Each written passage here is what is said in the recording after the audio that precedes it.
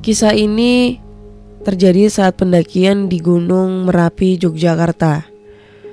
Waktu itu aku masih berumur 20 tahun dan kami mengalami kejadian mistis saat melakukan pendakian di Gunung Merapi 19 tahun yang lalu. Waktu itu kami sudah merencanakan untuk menyambut weekend dengan mendaki gunung dan tujuan kami adalah Gunung Merapi via jalur Selo. Kami berangkat berempat dan kebetulan 3 temanku ini, Gatot, Yuda, dan Ahmad, satu jurusan denganku di salah satu universitas swasta di kota Jogja. Hari Sabtu pun tiba. Pagi-pagi kami sudah mempersiapkan semuanya, termasuk tenda dan bekal. Dan kami pun melakukan undian untuk siapa yang akan membawa tenda. Mungkin karena nasib sedang sial, jadinya aku yang kebagian membawa tenda. Lalu segera kami melakukan perjalanan via motor untuk menuju base camp Selo. Kami tiba pukul 10.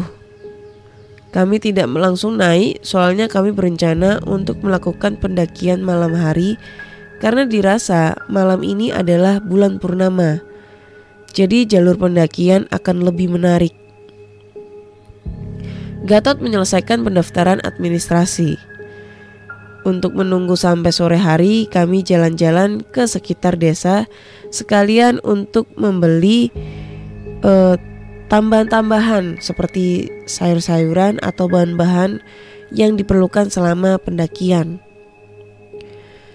Saat itu aku terlalu dalam masuk untuk mengeksplor desa tersebut.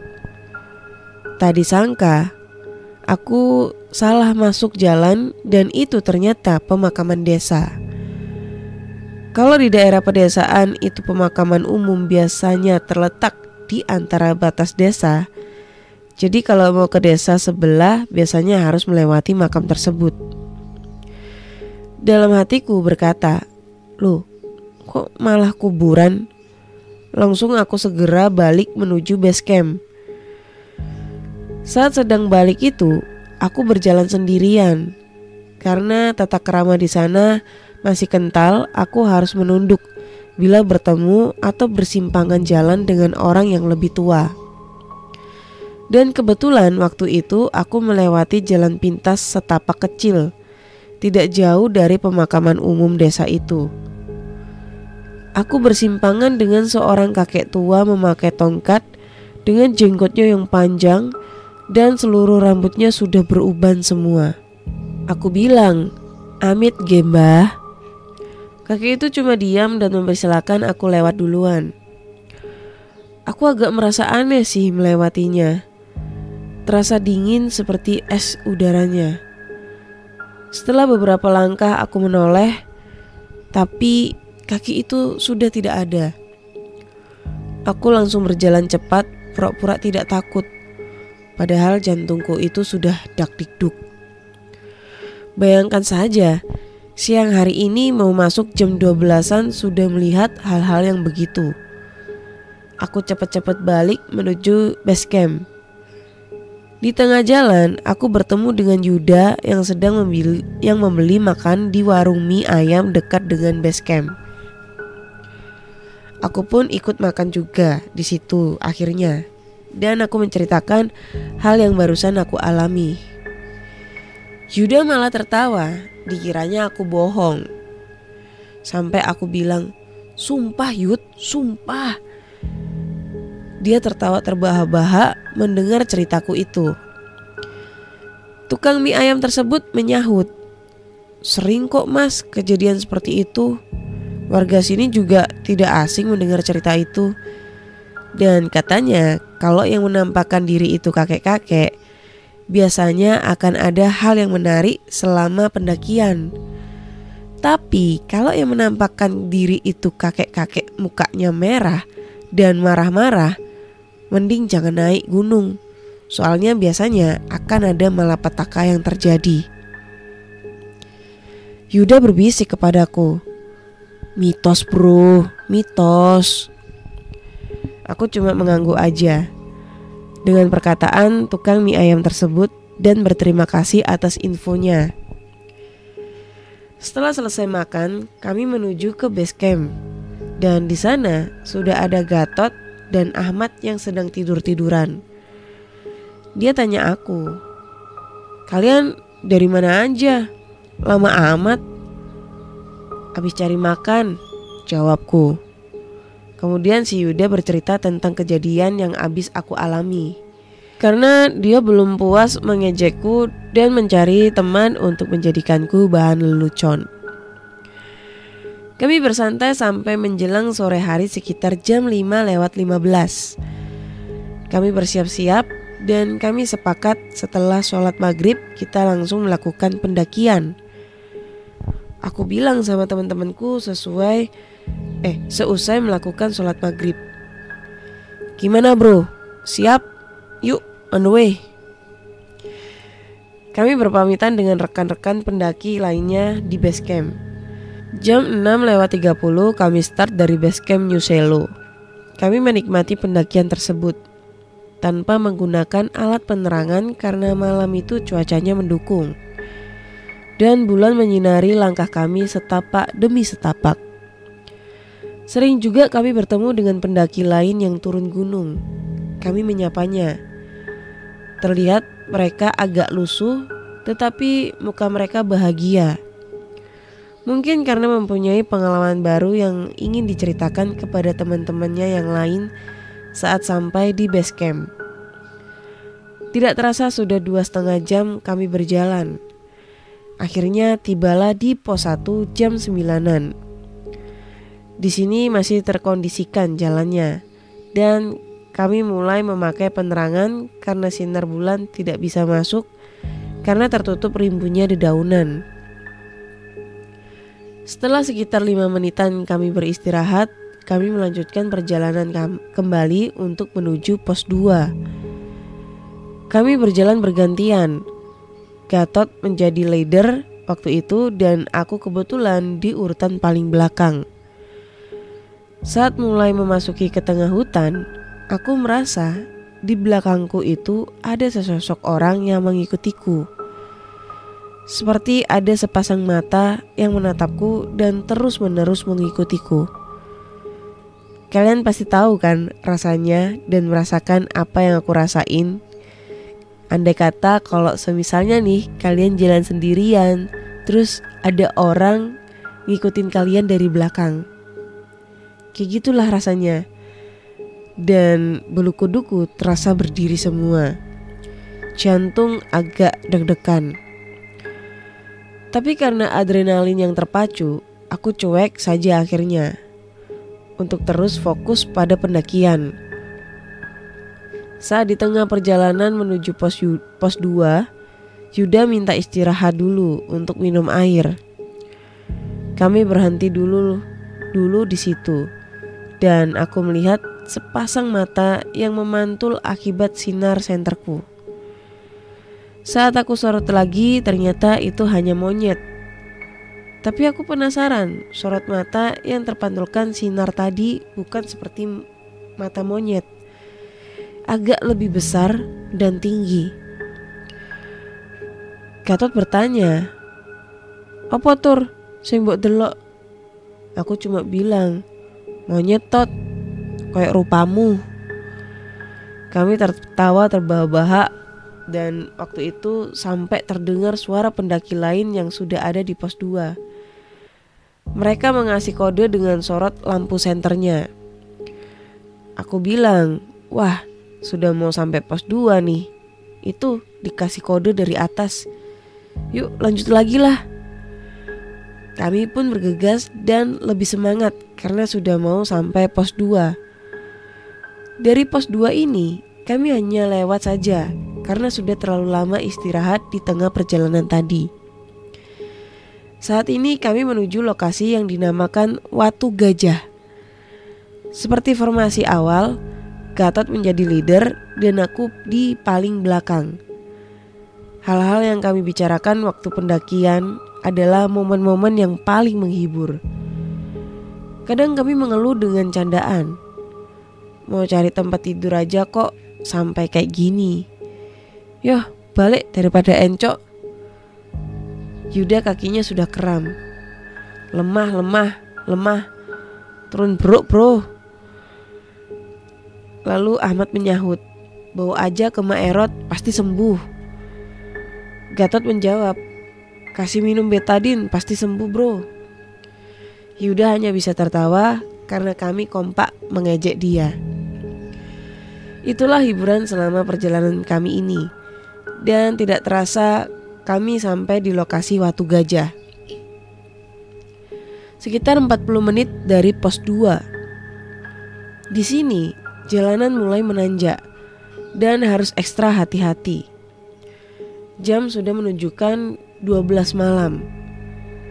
Setelah beristirahat sekitar 10 menitan, kami melanjutkan perjalanan kembali menuju Pasar Bubrah yang konon terkenal angker atau singit. Singit atau wingit ya? Wingit. Kami harus menjaga etika selama dalam pendakian. Kata orang Jawa, harus menjaga etika ketika bertamu ke rumah orang lain. Butuh waktu 1 jam untuk menuju Pasar Bubrah. Kabut mulai turun dan udara agak lembab. Ramalan cuaca hari ini amsyong, agak meleset. Karena mendung datang tiba-tiba dan angin agak begitu kencang walaupun tidak berbahaya. Ini menambah beban kami saat mendaki. Mungkin karena faktor itu yang menyebabkan kami tersesat. Tapi kami yakin waktu itu sudah sesuai dengan jalur dan tidak berbelok kemana-mana atau keluar dari jalur pendakian. Saat itu aku melihat jam sekitar 12:45.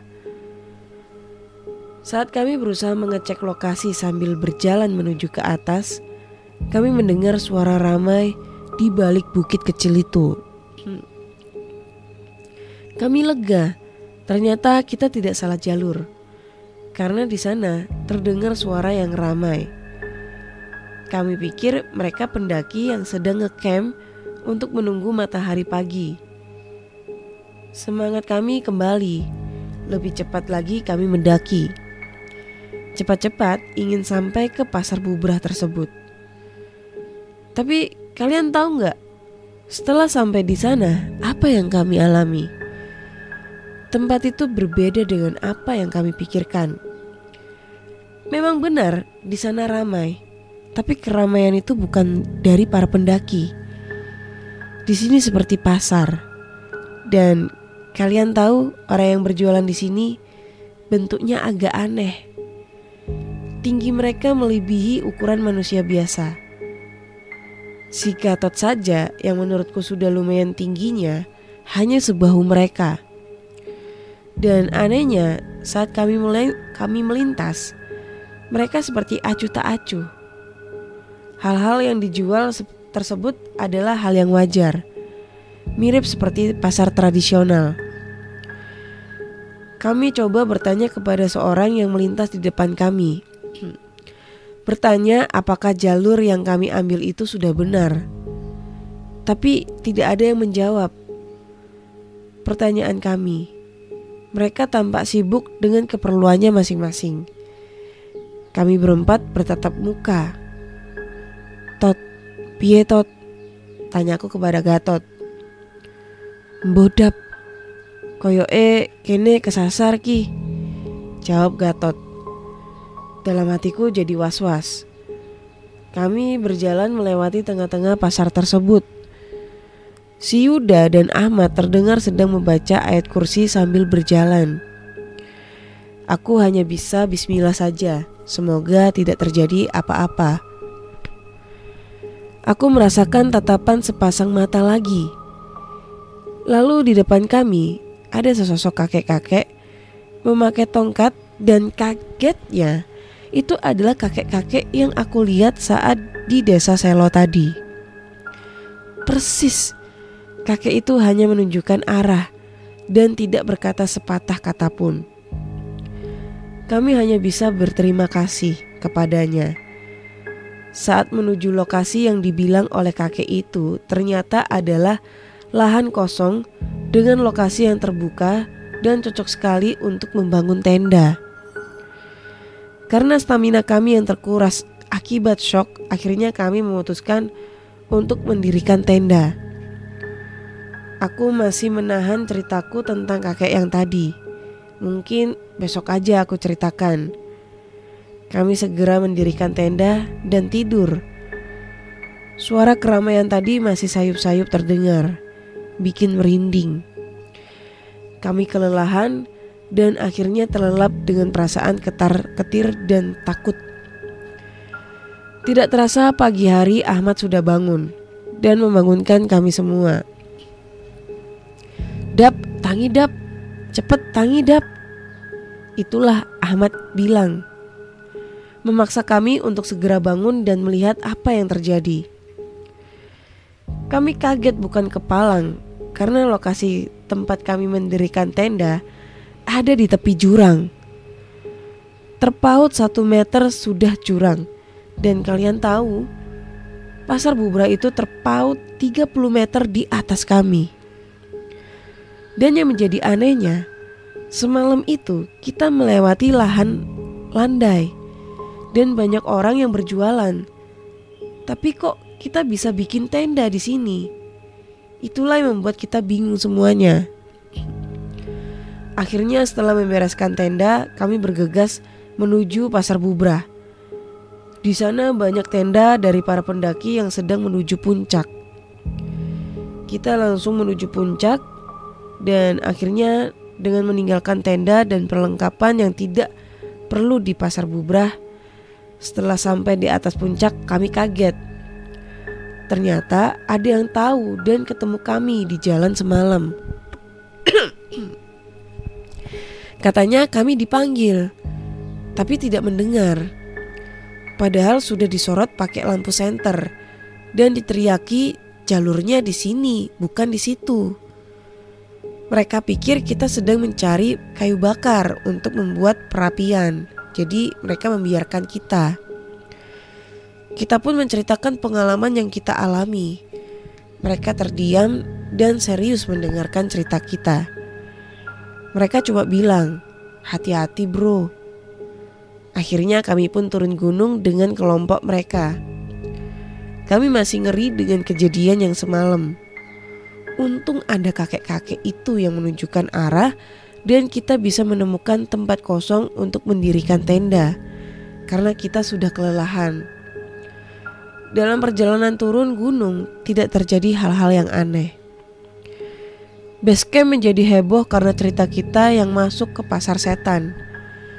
Kami seperti artis yang ditanyain sana dan sini sampai berulang-ulang. Setelah bersih-bersih badan dan membuang sampah selama pendakian, akhirnya aku ada waktu buat bercerita kalau kakek yang kita ketemu di pasar tersebut adalah kakek yang aku maksud. Gatot malah menyalahkanku. "Kenapa gak bilang dari tadi malam bro? Kampret kowe." Aku hanya bisa bilang, "Kamu malah ngece pas dikasih tahu kemarin."